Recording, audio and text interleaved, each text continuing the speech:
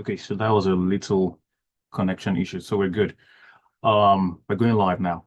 You're listening to 91.3 Lagos Talks. This is the office.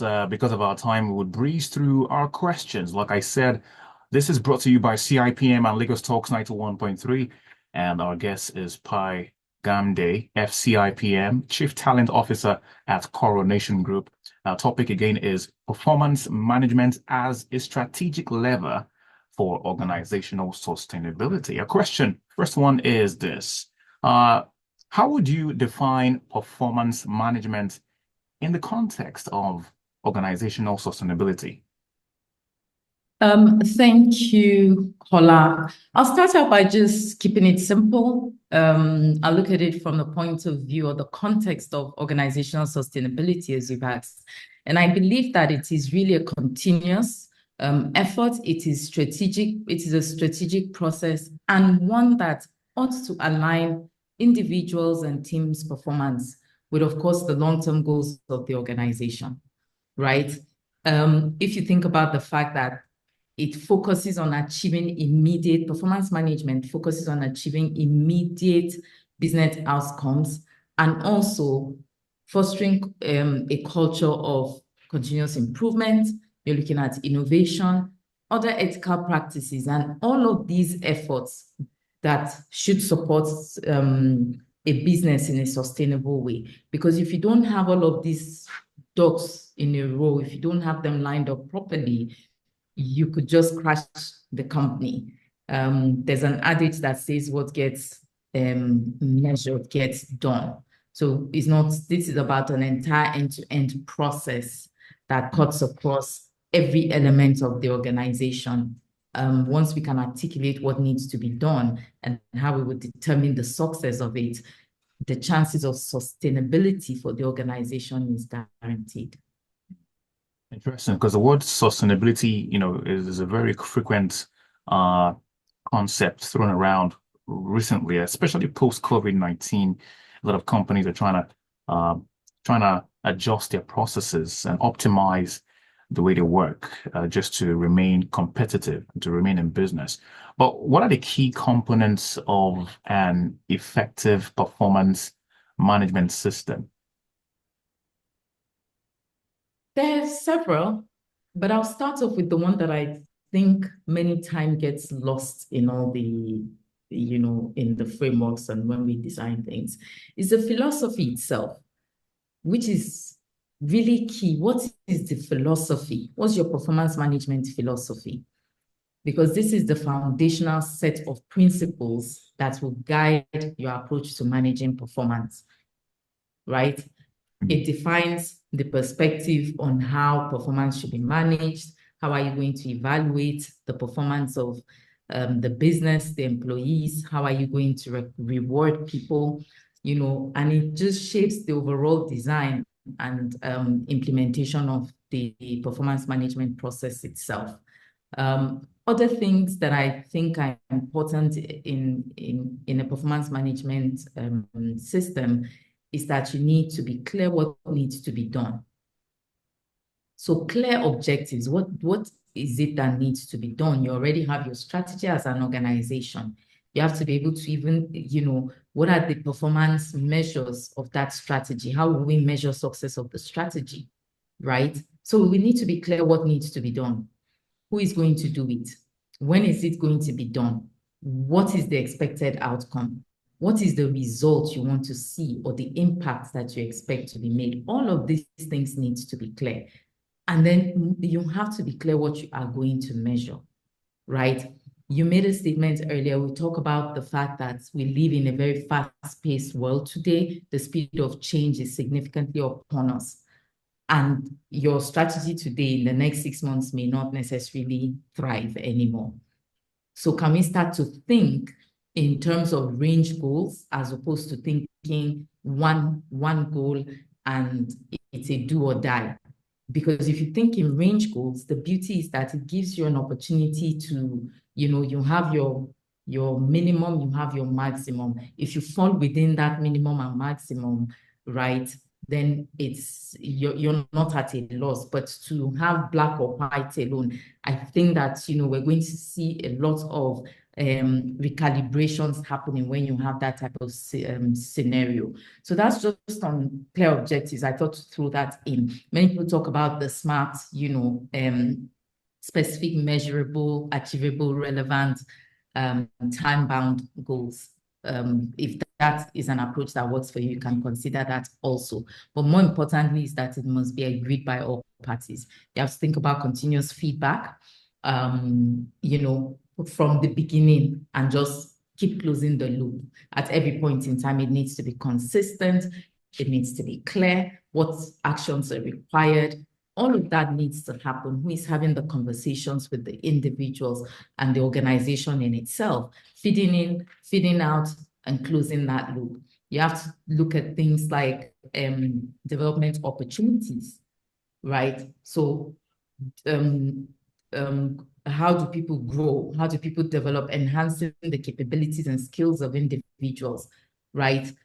Because if an individual has limitations in certain areas and you don't train them, you cannot blame them if they don't do as well as you expect them to do. So we say development opportunities is also very, very key.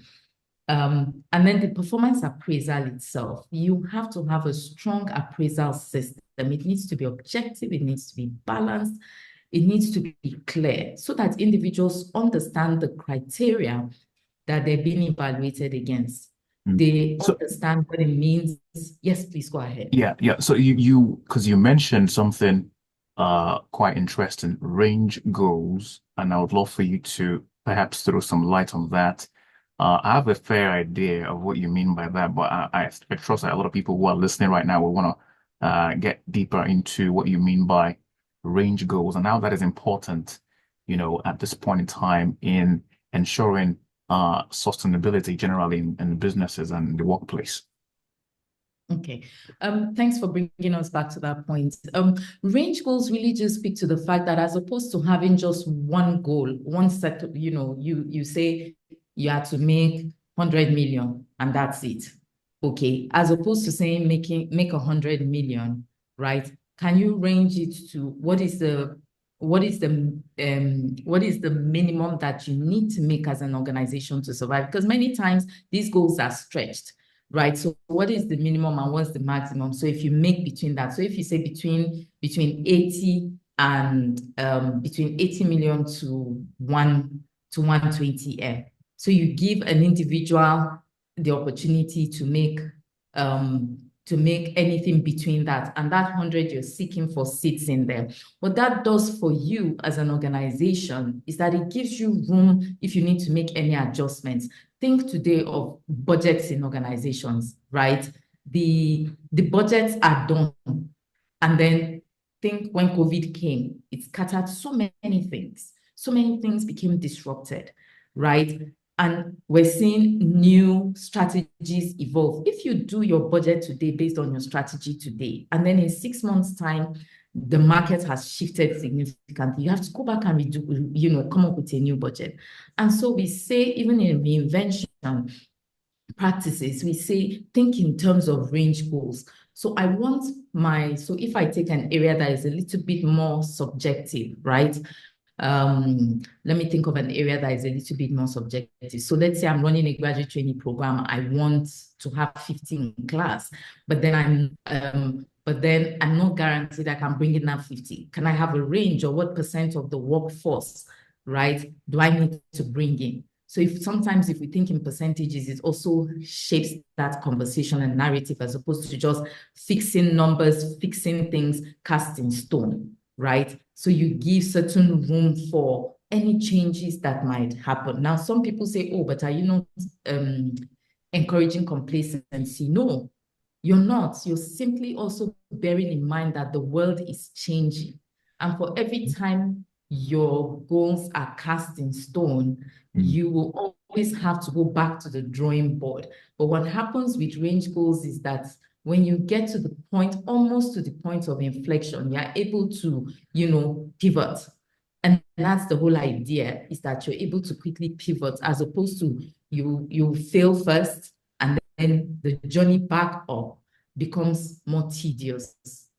Mm. So I don't, Okay. I hope, Yeah. yeah. I think, yes. Thank you so much. I mean, that was I just wanted to have a clearer perspective. And I believe that was also quite impactful to those who might have been listening and picked that up along the line. You're listening to 91.3. This is The Office. And we're speaking with Pi Gamde.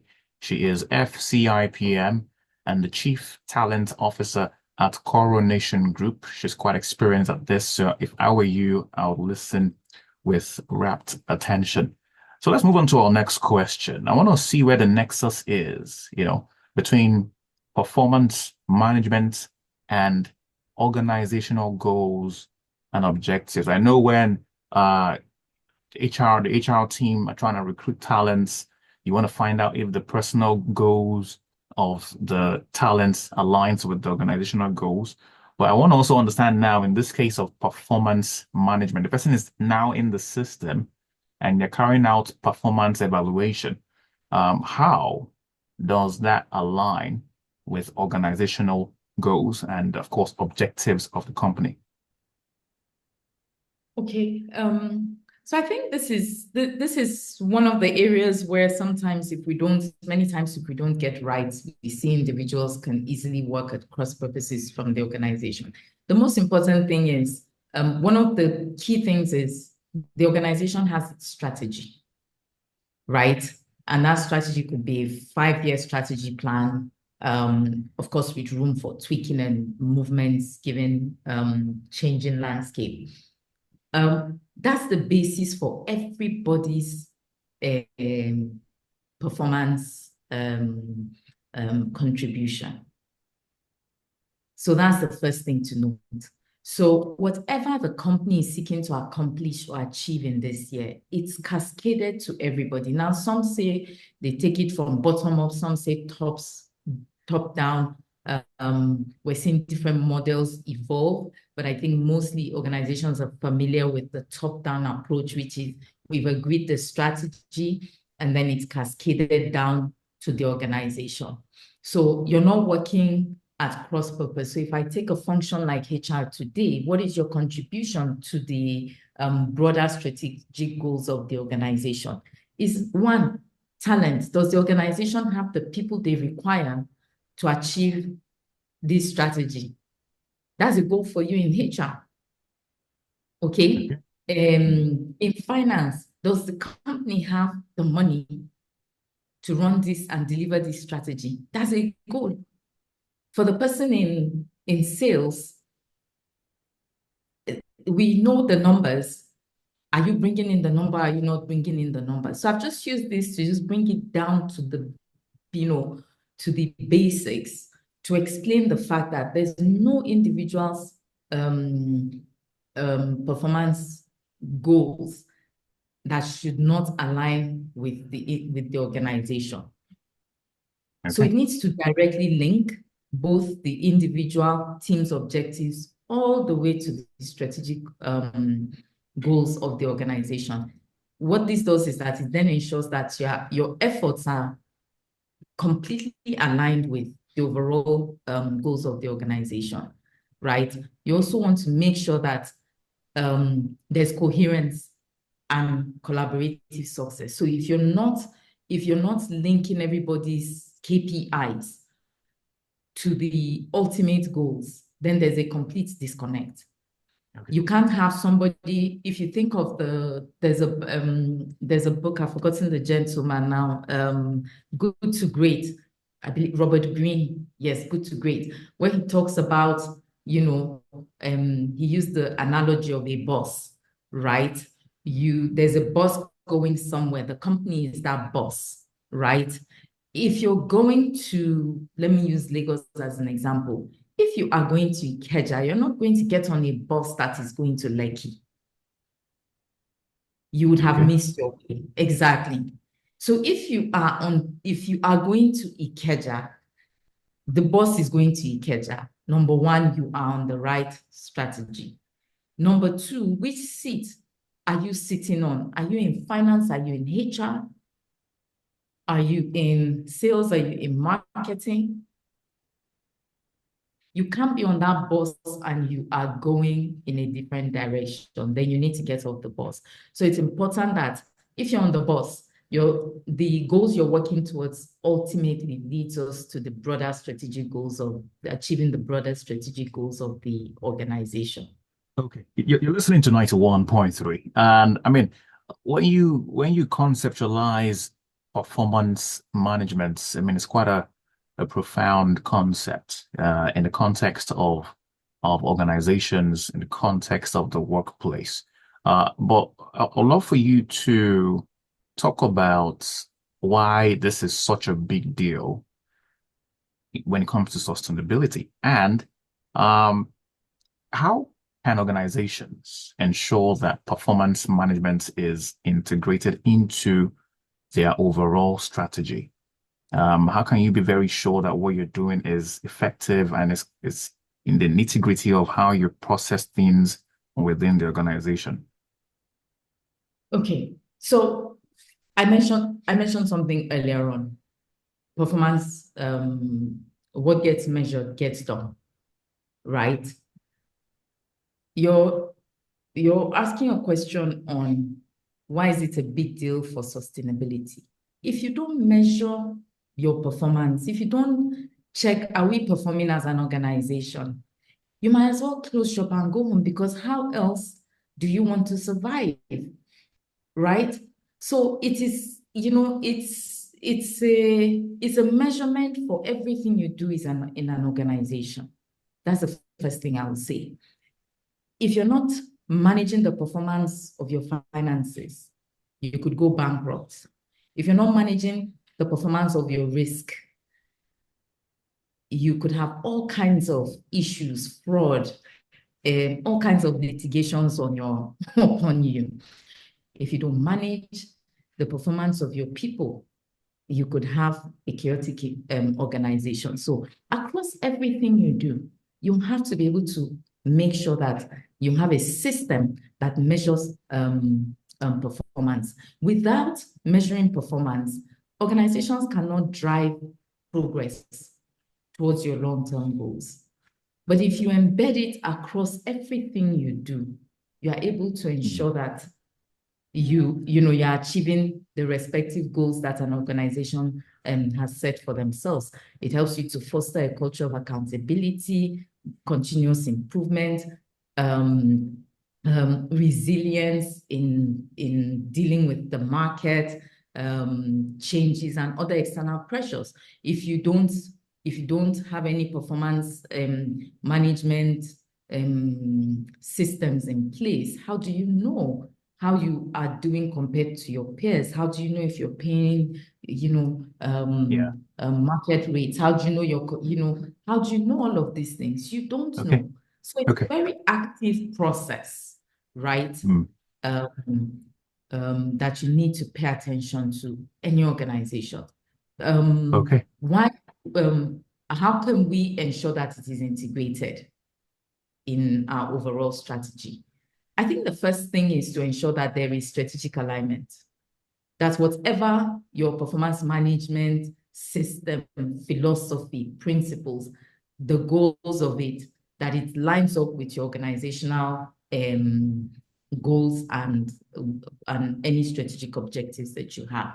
You have to also ensure you have executive sponsorship.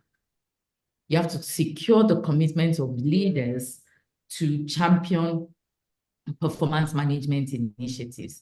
This performance management is one of the initiatives that can take long and be long drawn out, and you're chasing people. But if you have executive buy-in, leaders owning the process and ensuring that they're constantly reviewing the performance of their teams, the organization, as just a way of life, not as a check off the box activity, it will go a long way. You have to embed it into other processes. You have to embed Right. it into your everyday processes, whether it's planning, budgeting, decision-making, hiring, everything you have to embed it. The employee has to be involved in that process too. Yeah. So because of our time, I want to get Yes. what the role of leadership, has in all of this. I know you've highlighted how important this is in terms of sustainability within organizations. But I want to know what role leadership has to play in all of this. You can even give us some examples from your time, so far in your career, and even from the Nigerian perspective. Do you think it's something that has been completely, uh, uh, soaked in to the culture, into the workplace culture in Nigeria? So first off, the role of leaders in all of this and how soaked up are Nigerian leaders in organizations in all of this whole concept of sustainability and performance management. Okay, so I'll just give a number of, a number of things that I think the role of leaders, the role that leadership plays, right? So ownership and accountability. I know I mentioned it earlier on. You have to own the process. So that's the first thing. Secondly, you have to champion the process. So beyond owning it, you have to be the voice in the organization, advocate for it and participate in the activities, that speak to performance management. We're not talking appraisal here. We're talking about an end-to-end system performance management. You have to be responsible for setting clear goals, communicating the importance of it, and ensuring that you provide the resources also to ensure that people understand the necessary tools. So if you use a balanced scorecard for evaluating the performance of your organization, train employees in it, let them understand how it works, right? Train them, support them, make sure that you are there giving them the feedback, feeding that they need. And then also be role model it. What is the performance that you want employees to deliver? Okay. And you be the first to deliver that. Okay. Then your second question on do we think it's embedded? I haven't done any survey, but I think that performance management is one of those subjective areas that what a system does is that it tries to minimize the subjectivity by putting in certain controls. Okay, so I think it's also important to understand that performance management is not a witch hunt. It is not to discredit or to say people are not doing well or the organization is not doing well. It is something organizations should take pride in because it's supposed to be, excuse me. Whoa.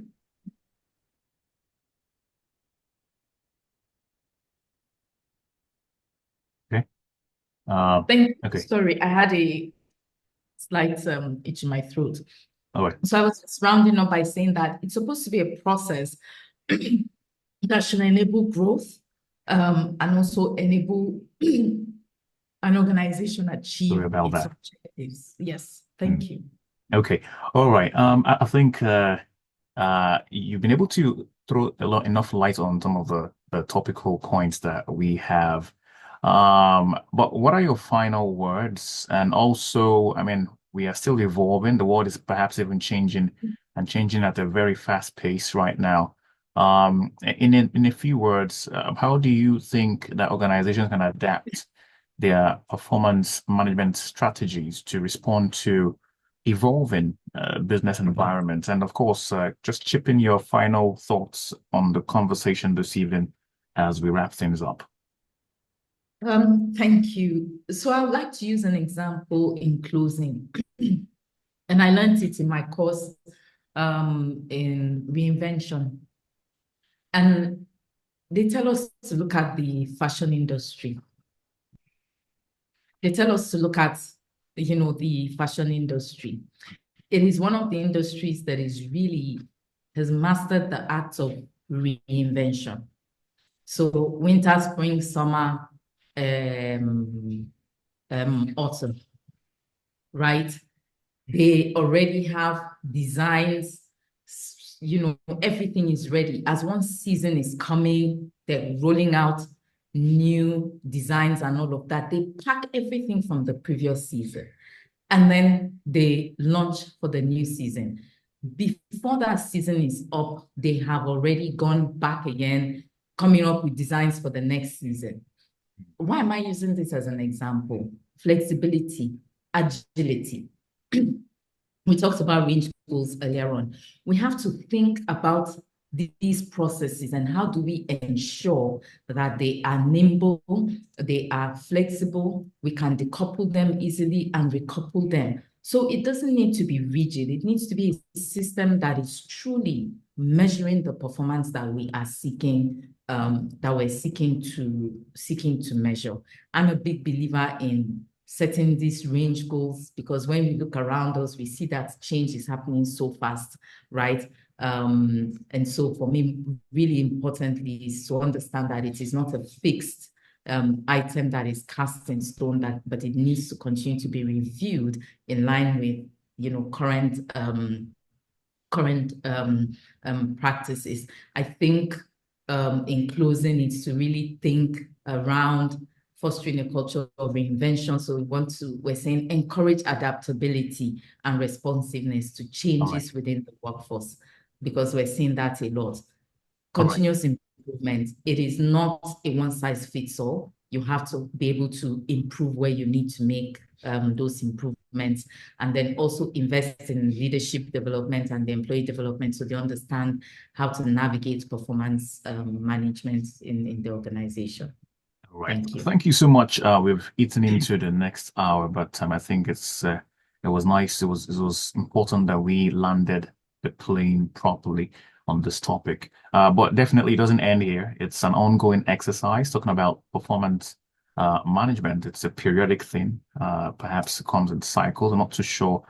Maybe depending on the organization, they plan accordingly. But you've made quite important points, and I'm hoping that this has uh, resonated with one or two few persons in key positions in organizations, and how important it is to infuse performance management strategies if you want to really attain sustainability. But thank you so much, Pi Gamde.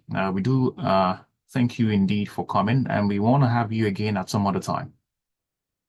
Thank you, Kola. It's been a pleasure chatting with you, and thank you to all the listeners. Have a good evening. And you too, ma'am. Okay, so that's about it. Up next is Critical Thinking. My name is Kolawole Falodun. The office, as usual, it is brought to you by the Chartered Institute of Personnel Management of Nigeria, CIPM, and Lagos Talks 91.3. Until next week, Thursday, this is Lagos Talks, where we bring you the best conversations. Up next is Critical Thinking.